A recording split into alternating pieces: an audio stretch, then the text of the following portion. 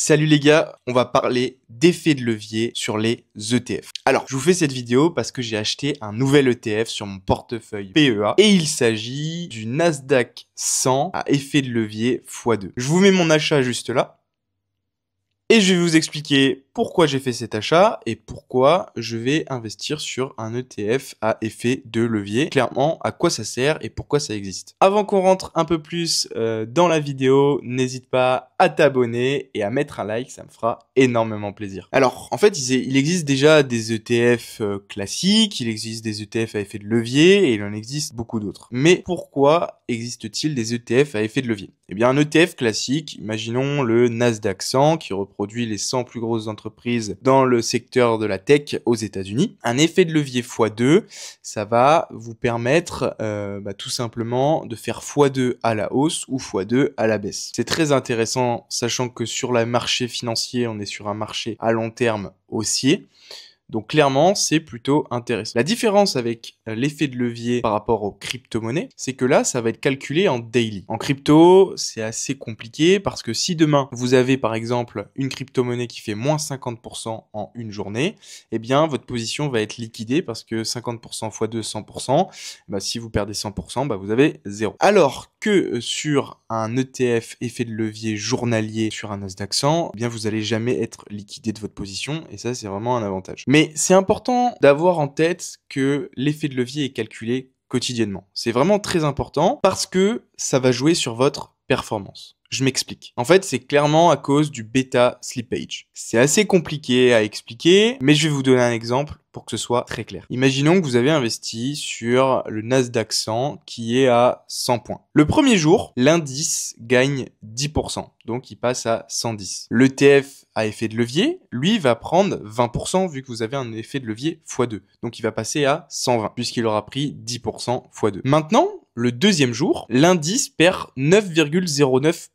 Ce qui correspond à une baisse de 10 points pour revenir au 100 initial. Alors, le Nasdaq 100 à 100 points classique, il est revenu à 100 points, puisqu'il a fait plus 10%, donc 110 moins 9,09%, il est repassé à 100. Mais par contre, votre ETF à effet de levier x2, lui, va pas revenir à 100. Parce que vous, votre ETF, il va pas perdre 9,09%, il va perdre x2. Il va perdre donc 18,18%. Et quand on fait cette baisse de 18,18%, eh bien quand on fait 120 moins cette baisse-là, eh bien on arrive à 98,18%. Et non les 100 initiales du Nasdaq. Et donc ça, c'est important à prendre en compte parce que lors de fortes baisses, eh bien vous allez perdre beaucoup plus. Et pareil pour les fortes hausses, vous n'allez pas réellement gagner x2. On va se retrouver tout de suite sur mon écran. Je vous ai mis ici le tableau du Nasdaq 100 en daily avec le Nasdaq 100 effet de levier en bleu que l'on voit sur ce graphique.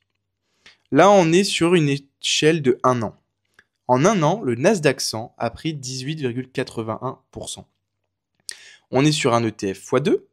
Donc, on pourrait penser que la performance du Nasdaq effet de levier x2 passerait à plus de 36%, vu qu'on fait x2.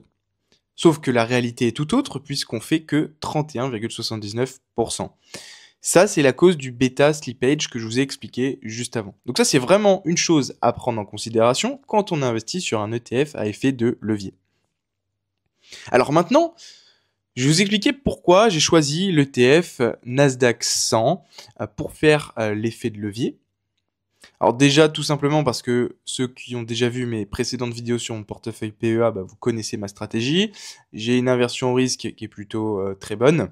Et donc, j'ai envie de prendre un petit peu plus de risque sur cet aspect Nasdaq. Puisque j'ai investi déjà dans le Nasdaq 100 de base, eh bien, j'ai envie de transformer ce Nasdaq 100 à 10-15% de mon portefeuille, plutôt sur l'effet de levier en x2. Et donc, je vais activement investir là-dessus, pas pour du très long terme, mais pour du moyen terme. On parle ici de 1 à 3, 4 ans. J'aurais pu choisir le S&P 500 à effet de levier, mais j'ai préféré le Nasdaq 100 parce que j'estime que c'est le secteur de la technologie qui va encore performer sur le très long terme. Mais ça, c'est mes convictions personnelles. Alors, le Nasdaq 100 en effet de levier x2, il faut savoir que sur PEA, moi j'ai choisi le Amundi Nasdaq 100 Daily x2. La part d'achat est à 965 €.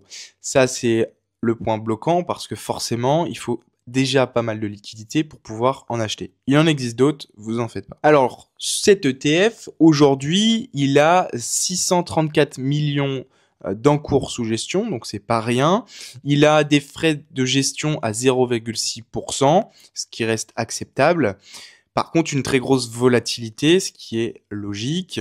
Et clairement, si on regarde depuis mars 2020, eh bien, on voit qu'on est passé d'un ETF à 217 € la part à aujourd'hui à presque 965 €, ce qui est juste énorme. On est arrivé sur une pente assez baissière sur ce Nasdaq 100, on est arrivé sur un support et donc j'ai décidé d'en acheter 2 parts sur mon PEA au vu de cette baisse. Peut-être que je suis rentré un peu tôt, mais on peut pas faire du market timing, c'est assez compliqué et donc j'estime être rentré au bon moment. On verra bien sur le long terme, mais en tout cas, j'ai espoir que sur les ETF à effet de levier, ce soit assez intéressant sur des marchés haussiers à long terme. Dites-moi dans les commentaires ce que vous en pensez des ETF à effet de levier. Si la vidéo t'a plu, n'hésite pas à mettre un petit like et à t'abonner, ça me fera plaisir. Bon, c'était Alexandre. Je vous souhaite une bonne journée, une bonne soirée. À la prochaine. Salut!